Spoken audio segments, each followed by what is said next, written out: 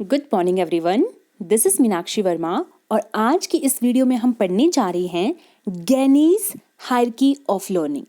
But before that I would like to request you everyone कि अगर आपने मेरी चैनल को अभी तक सब्सक्राइब नहीं किया है और आप मेरी चैनल पे न्यू हो तो प्लीज़ मेरे चैनल को सब्सक्राइब कर लीजिए सो दैट कि आपको आने वाली वीडियो की नोटिफिकेशन मिलती रहे।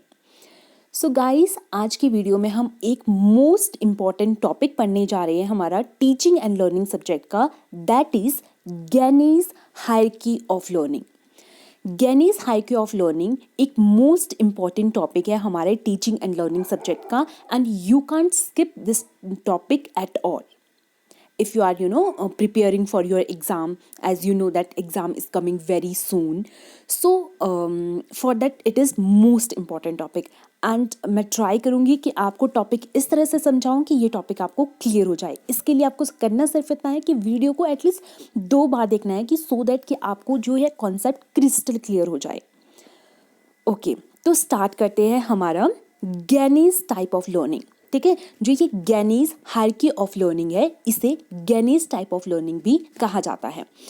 तो इसको स्टार्ट करने से पहले हम समझ लेते हैं कि लर्निंग हमारी क्या होती है। तो अगर हम लर्निंग की बात करें ना, तो लर्निंग क्या होती है? अगर हम लर्निंग की बात करें तो लर्निंग हमारी एक ऐसी प्रोसेस होती है जिसकी वजह से हम किसी भी इंडिविजुअल के बिहेवियर को क्या कर सकते हैं, चेंज कर सकते हैं। ठीक है, तो आपको समझ आ गया होगा कि लर्निंग क्या होती है। लर्निंग एक ऐसी प्रोसेस होती है जहाँ पे हम नई नई इंफॉर्मेशन को, नॉलेज को, फैक्ट्स को एक्वायर करते हैं। ठीक है, सीखते हैं और उन चीज़ों को जब हम सीखते हैं तो उसकी वजह से क्या होता है, किसी भी पर्सन के बिहेवियर में चेंज आता है। ठीक है, तो दैट इज़ लर्निंग। अगर हम बात करें कि हायरार्की क्या होता है, अगर हम सिंपल लैंग्वेज में समझे कि हायरार्की का मतलब क्या होता है, जैसे कि मैंने आपको यहाँ पे एक पिरामिड दिखाया हुआ है। ये पिरामिड हमें क्या बताता है? ये हमें एक पर्टिकुलर टाइप की हायरार्की को बता रहा है। इसमें क्या होता है, लोएस्ट लेवल जो होता है वो नीचे होता है और हाईएस्ट लेवल जो होता है वो ऊपर होता है। मीन्स चीज़ों को एक इंक्रीजिंग ऑर्डर में रखा जाता है। हायरार्की का मतलब ही होता है जहाँ पे हम सिंपलेस्ट से कॉम्प्लेक्स की तरफ जाएं। ठीक है, तो अगर हम इस पर्टिकुलर डायग्राम की बात करें या इस पर्टिकुलर पिरामिड की बात करें तो हम बोल सकते हैं कि this type of learning is simplest type of learning and this type of learning is complex type of learning. ठीक है, सो होप सो आपको क्लियर होगी ये 2 टर्म कि हमारी लर्निंग क्या होती है और हायरार्की क्या होती है। अब हम थोड़ा सा जान लेते हैं रॉबर्ट गैने के बारे में कि रॉबर्ट गैने थे कौन। ओके, तो रॉबर्ट गैने की अगर हम फुल नेम की बात करें तो रॉबर्ट गैने को रॉबर्ट एम गैने के नाम से भी जाना जाता है। ठीक है, रॉबर्ट माइल्स गैने के नाम से इन्हें जाना जाता है। ठीक है, इन्होंने क्या दिया था, इन्होंने हायरार्की ऑफ लर्निंग दी थी जिसे कि टाइप्स ऑफ लर्निंग के नाम से भी जाना जाता है। जो ये हमारे गैने थे, ये कौन थे? ये एक एजुकेशनल अमेरिकन एजुकेशनल साइकोलॉजिस्ट थे। ठीक है, अमेरिका के रहने वाले थे और ये क्या थे, ये एक तरह के साइकोलॉजिस्ट थे। फिर हम बात करते हैं इनके बारे में एक मोस्ट इंपॉर्टेंट फैक्ट की, इनकी एक बुक थी that is very important book. ठीक है, बहुत ज़्यादा फेमस बुक थी इनकी ये, that is conditions of learning. इन्होंने एक बुक दी थी एंड बुक का नाम था कंडीशंस ऑफ लर्निंग। इन्होंने बताया था कि क्या क्या मतलब किस किस स्टेजेस पे इनका जो मेन काम था ना वो लर्निंग पे था कि किस किस सिचुएशन में पर्सन कैसे कैसे सीख सकता है या कौन कौन से लेवल है लर्निंग के। तो ये जो सब चीज़ें लर्निंग से रिलेटेड जितनी भी चीज़ें थी वो इन्होंने अपनी इस बुक में इंक्लूड की थी। नेक्स्ट, ये पॉइंट तो हम ऑलरेडी डिस्कस कर चुके हैं कि इन्होंने जब अपना लर्निंग कॉन्सेप्ट दिया तो उन्होंने एक हायरार्की को मेंटेन किया, इन्होंने एक ऑर्डर को मेंटेन किया। इन्होंने बोला कि जब भी कोई बच्चा चीज़ें सीखता है तो वो हमेशा सिंपल से कॉम्प्लेक्स की तरफ जाता है। So this was all about Gagne's type of learning. ठीक है, तो मैं एक क्विक रिव्यू करवा देती हूँ आपको कि हमने अभी तक क्या क्या पढ़ा। तो हमने पढ़ा सबसे पहले लर्निंग के बारे में। लर्निंग क्या होता है? लर्निंग एक ऐसी प्रोसेस होती है जिसके थ्रू हम किसी भी इंडिविजुअल के बिहेवियर को चेंज कर सकते हैं। फिर हमने पढ़ा हायरार्की क्या होता है। हायरार्की एक सिस्टमैटिक ऑर्डर होता है जहाँ पे हम चीज़ों को अरेंज करते हैं सिंपलर टू कॉम्प्लेक्स। ठीक है। उसके बाद हमने गैने के बारे में पढ़ा कि गैने कौन थे। वो एक अमेरिकन एजुकेशनल साइकोलॉजिस्ट थे। उनकी एक बुक थी जिसका नाम था कंडीशंस ऑफ लर्निंग। अब आते हैं इनके मेन टाइप्स ऑफ लर्निंग के। जैसे मैंने आपको बोला कि जो गैनेस की जो टाइप्स ऑफ लर्निंग थे, मेनली वो कितने टाइप के थे, 8 टाइप्स ऑफ लर्निंग थे। गैने ने जो टाइप्स ऑफ लर्निंग दिए थे वो 8 टाइप्स ऑफ लर्निंग थे। एंड वो जो थे उनको उन्होंने 2 एस्पेक्ट्स में डिवाइड किया था। जैसे अगर हम 8 टाइप्स की बात कर ले तो first is signal learning, next is stimulus response learning, next is chain learning, next is verbal association learning, next is multiple discrimination learning, next is concept learning, next is rule learning, next is problem solving learning। ये 8 types of learning थे जो कि किसने दिए थे, गैनेस ने दिए थे जब उन्होंने अपनी हायरार्की ऑफ लर्निंग के बारे में बताया था। इस हायरार्की ऑफ लर्निंग में और ये जो 8 टाइप ऑफ लर्निंग थे उनमें से इन्होंने बोला था कि जो सिग्नल लर्निंग होती है this is lowest level of learning and problem solving is the highest level of learning. इसके बारे में इन्होंने बात की थी। और एक और चीज़ के बारे में इन्होंने बताया था, जैसे जो ये 8 टाइप्स ऑफ लर्निंग थे उनको इन्होंने 2 एस्पेक्ट्स में डिवाइड किया था। First is behavioural aspects and next is cognitive aspects. अगर हम बात करें कि बिहेवियरल एस्पेक्ट्स में इन्होंने किन किन चीज़ों को रखा था, तो अगर हम बात करें जो इनके 4 जो इनके 8 टाइप्स थे उनमें से जो लोएस्ट 4 थे, मतलब जो इनके 8 टाइप्स ऑफ लर्निंग थे उनमें से जो नीचे के जो 4 टाइप थे ना, मतलब लोएस्ट 4 टाइप्स ऑफ जो लर्निंग थे उनको इन्होंने कॉग्निटिव एस्पेक्ट्स में रखा था। और जो वो ऊपर के जो 4 टाइप्स ऑफ लर्निंग थे उनको इन्होंने किस में रखा था, कॉग्निटिव टाइप ऑफ लर्निंग में रखा था। ठीक है। अब हम क्या करते हैं, इन सभी को हम एक स्टेप बाय स्टेप विद एक एग्जाम्पल के साथ डिस्कस करेंगे सो दैट कि आपकी अंडरस्टैंडिंग बेटर हो पाए। ओके, तो हम बात कर लेते हैं इनके क्या थे, ये इनके 8 टाइप्स ऑफ लर्निंग थे। 8 टाइप्स ऑफ लर्निंग में से इनका जो फर्स्ट टाइप था दैट इज सिग्नल लर्निंग।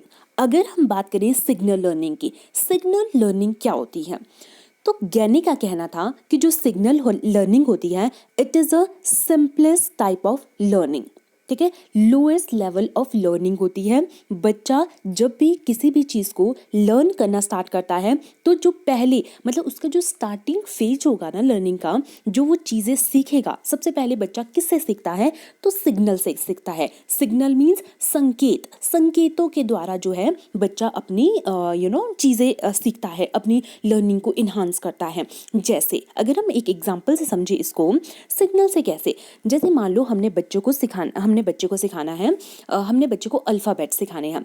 ठीक है, अल्फ़ाबेट हमें उन्हें सिखाने हैं, जैसे हम बोलते हैं A for apple, B for ball. ठीक है, तो हम उसे ये चीज़ क्या करते हैं, जब भी हमने आपने देखा होगा जब बहुत छोटे छोटे बच्चे होते हैं, जब आप उनको प्ले स्कूल्स में, आंगनबाड़ी में या अपने घर में भी पढ़ाते हो, तो आप क्या करते हो, जो आपका वो चार्ट होता है उसमें पर्टिकुलर क्या होता है, डायग्राम। जैसे आप अल्फ़ाबेट्स आप उसे सिखा रहे हो तो साथ में दिया होता है, एप्पल का डायग्राम दिया होता है, बॉल का डायग्राम दिया होता है, कैट बनाई हुई होती है। तो दैट इज़ व्हाट, बच्चा चीज़ों को देख रहा है। पहले जब बच्चा चीज़ों को देखेगा तब वो चीज़ों को क्या करेगा, लर्न करेगा। तो दैट इज सिग्नल लर्निंग, कि बच्चा चीज़ों को देखकर सीख रहा है। ठीक है, तो that is signal learning. Next is stimulus response learning. Stimulus response learning को हम SR लर्निंग भी कहते हैं। इसमें क्या होता है, यहाँ पे जो बच्चा होता है, यहाँ पे बच्चे को आप क्या दोगे, स्टिमुलस दोगे। ठीक है, यहाँ पे क्या होगा, पहले आप बच्चे को क्या करोगे, स्टिमुलस दोगे। और बच्चे को आप स्टिमुलस क्यों दे रहे हो, क्योंकि आप चाहते हो बच्चे से पर्टिकुलर टाइप ऑफ रिस्पॉन्स, आप चाहते हो कि बच्चा उसके लिए क्या करे, रिस्पॉन्ड करे। अगर हम एक बेसिक एग्जांपल लें, अगर मान लो आप बच्चे को क्या कर रहे हो, चॉकलेट दिखा रहे हो। ठीक है, आप बच्चे को चॉकलेट दिखा ही रहे हो, तो वो क्या करता है, अगर उसे पता है कि ये चॉकलेट है ना, जो कि उसने पहले सीख लिया है, सिग्नल लर्निंग में उसने सीख लिया है। तो अब क्या करेगा, जब बच्चा क्या कर रहा है, स्टिमुलस क्या है, चॉकलेट स्टिमुलस की तरह एक्ट करेगी, कि बच्चा क्या कर रहा है, देख रहा है कि स्टिमुलस है उसके पास चॉकलेट, तो उसके लिए वो पूरा रिस्पॉन्ड कैसे करेगा, रिस्पॉन्ड करने के लिए वो मान लो उसने स्माइल कर दिया। तो that is what, that is stimulus response learning. ठीक है, यहाँ पे बच्चा क्या करता है, आपने उसे स्टिमुलस चॉकलेट दिखाई, रिस्पॉन्ड उसने स्माइल कर दिया। तो that is stimulus response learning. जैसे कि आपने पैवलोव की जो लर्निंग थ्योरी थी उसमें पढ़ा था कि जैसे डॉग होता है, डॉग को अगर हम फूड दे देते हैं तो food will be act as a stimulus, और वो क्या करता है, सलाइवा मैंने उसकी जो लार है वो टपकना स्टार्ट हो जाती है। तो लार टपकना क्या है, लार टपकना या सलाइवा का जो सिक्रीट होना है वो क्या है, रिस्पॉन्स है। किसके लिए, स्टिमुलस के लिए। स्टिमुलस क्या है, फूड। ठीक है, तो हमने इसको एक बेसिक एग्जांपल से लिया है, दैट इज चॉकलेट का। ठीक है, कि आपने बच्चे को चॉकलेट दिखाई, आपने स्टिमुलस दिया और बच्चे ने रिस्पॉन्ड किया। रिस्पॉन्ड मीन्स स्माइल कर लिया। Next is chain learning. ठीक है, तो हम उसी एग्जाम्पल को कंटिन्यू करेंगे। यहाँ पे आपने बच्चे को चॉकलेट दिखाई, यहाँ पे उसने रिस्पॉन्ड किया, जैसे स्माइल कर दिया। अब चेन लर्निंग में क्या होगा, अब बच्चा ट्राई, मान लो आप बच्चे से थोड़ा दूर हो तो बच्चा ट्राई करेगा कि अब वो थोड़ा धीरे धीरे करके आपके पास आने की कोशिश करेगा, आपसे वो चॉकलेट लेने की कोशिश करेगा। तो वो जो उसका जो चलना, बैठना या दौड़ना, ये सब किस में आ जाते हैं, ये आ जाते हैं चेन लर्निंग में। और याद रखिएगा एक बात कि जो ये हायरार्की होती है, जैसे हम बोलते हैं कि यहाँ पे हम क्या चाहते हैं, सिंपलर टू कॉम्प्लेक्स चाहते हैं, तो विदाउट दिस ये वाला स्टेप नहीं आ सकता। मीन्स जो अगला स्टेप होता है वो प्रीवियस स्टेप पे डिपेंड होता है। ठीक है, तो इसीलिए इसमें क्या करेंगे, चेन लर्निंग में अब हम क्या करेंगे कि यहाँ पे बच्चा अब क्या करेगा, वो जैसे अब जब उसने सिग्नल को पहचान लिया, जब उसने रिस्पॉन्ड कर लिया, अब क्या करेगा वो उन रिस्पॉन्ड को वो बढ़ाने की कोशिश करेगा। ठीक है, जैसे मान लो वो धीरे धीरे क्रॉल करना स्टार्ट कर देगा या चलेगा, दौड़ेगा, डिपेंडिंग अपॉन कि हमारा बच्चे की मतलब एज कितनी है। ठीक है, तो ये आ जाएगा हमारा चेन लर्निंग में।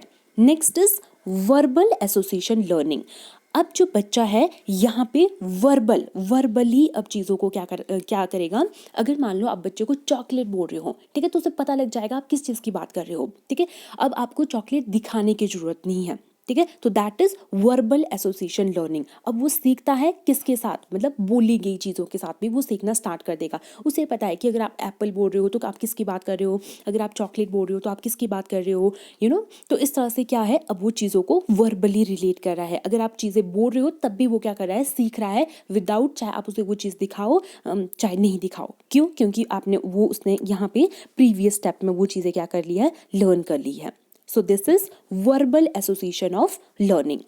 Next is multiple discrimination. Multiple discrimination का मतलब क्या होता है, डिस्क्रिमिनेशन मतलब आपने, मल्टीपल का मतलब क्या होता है, अगर हम बात करें मल्टीपल का मतलब होता है जब बहुत सारी चीज़ें होती है आपके पास, है ना, दो या दो से ज़्यादा चीज़ें हो जाएगी तो उसको आप बोलोगे मल्टीपल।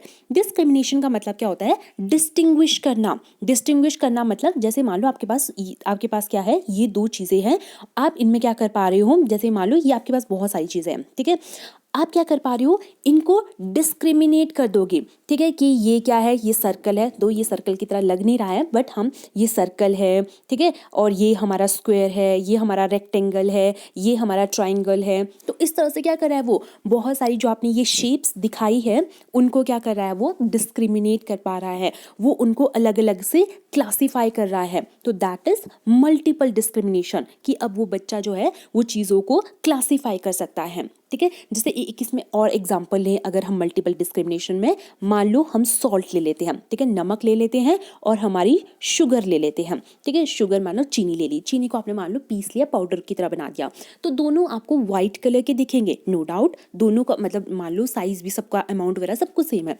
लेकिन आप क्या करोगे, उन्हें टेस्ट करोगे तो ऑब्वियसली जो आपको सॉल्टी मिलेगा तो वो क्या होगा, हमारा नमक होगा, और जो स्वीट इन टेस्ट होगा that will be are sugar. तो यहाँ पे आपने क्या किया, यहाँ पे आपने टेस्ट के बेसिस पे उन दोनों चीज़ों को क्या कर दिया, डिफ्रेंशिएट कर दिया, डिस्टिंग्विश कर दिया। ठीक है, तो दैट इज मल्टीपल डिस्क्रिमिनेशन।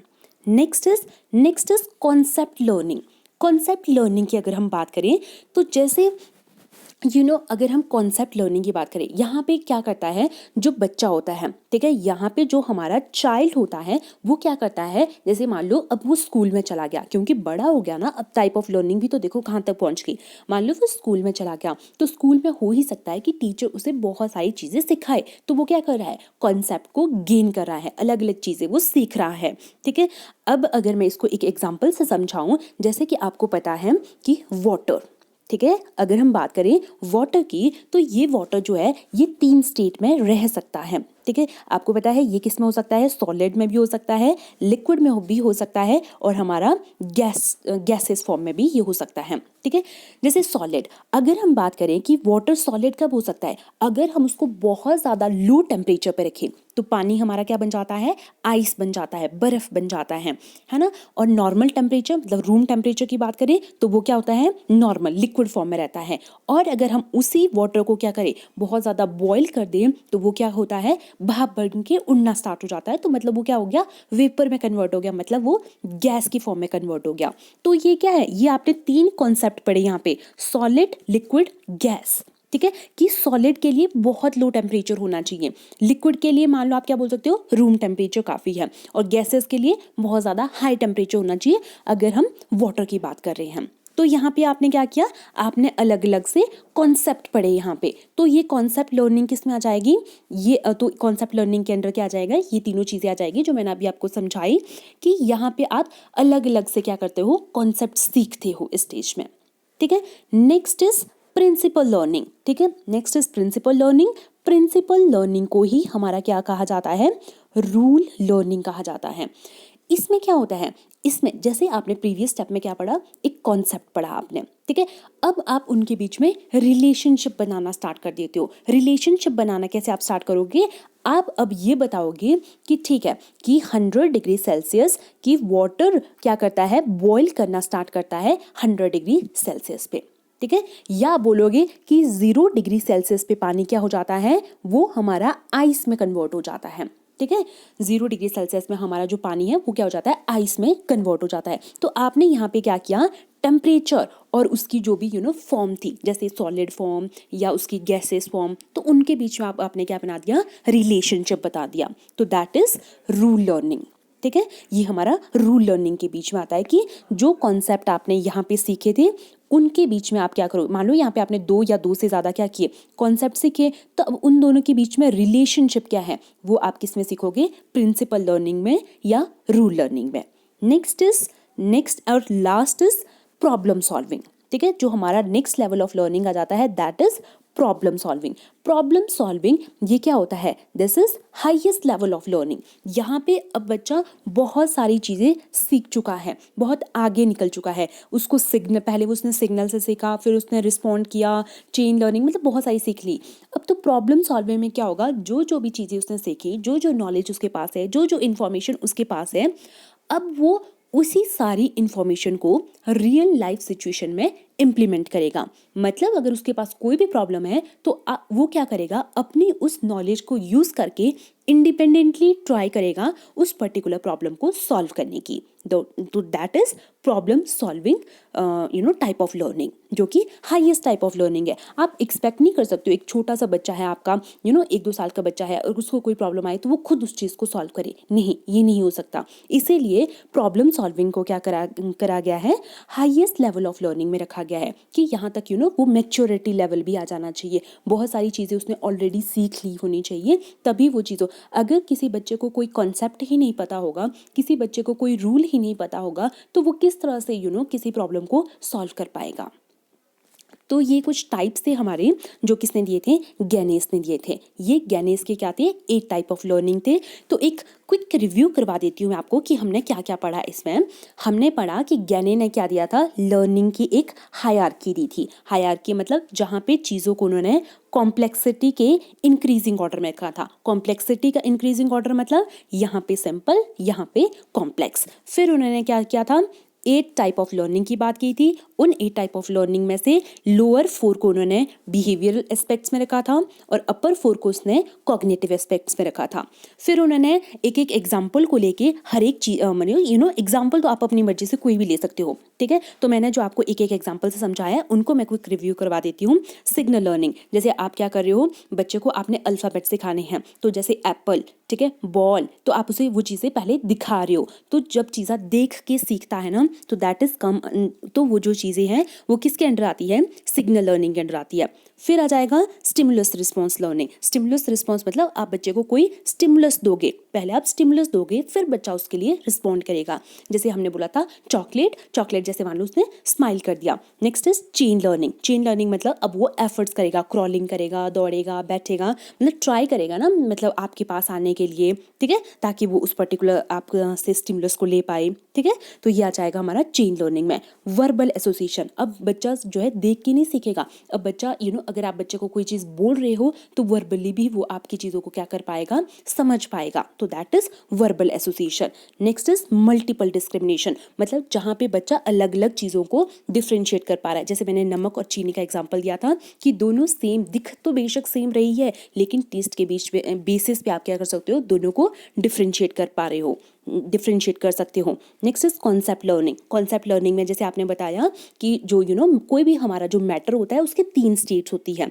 ठीक है, सॉलिड, लिक्विड, गैस। ये क्या है, ये आपका कॉन्सेप्ट है, ठीक है। उसके बाद हमने बात की थी रूल लर्निंग में। रूल लर्निंग में जैसे मैंने आपको बताया टेम्परेचर और स्टेट के बीच में क्या क्या रिलेशन होता है, कि पानी अगर 100 डिग्री सेल्सियस होगा तो वो बॉयल करना स्टार्ट कर देगा, 0 डिग्री सेल्सियस होगा तो वो आइस में कन्वर्ट हो जाएगा। तो यहाँ पे हमने क्या किया, चीज़ों को रिलेट किया। और last is our problem solving, कि जो भी इंफॉर्मेशन हमें मिली थी, जो भी नॉलेज हमारे पास थी, उस सब को हमने यूज़ किया था सो दैट कि हम किसी भी पर्टिकुलर टाइप की सिचुएशन को या प्रॉब्लम को सॉल्व कर पाए। So that's all for today. Hope so कि आपको ये पर्टिकुलर टॉपिक क्लियर हो गया होगा। मैं आपको फिर से बोलूँगी कि ये वीडियो आप एटलीस्ट 2 बार तो देख लीजिए सो दैट कि आपको ये पर्टिकुलर टॉपिक क्लियर हो पाए, because this is very important topic. So thank you and have a nice day.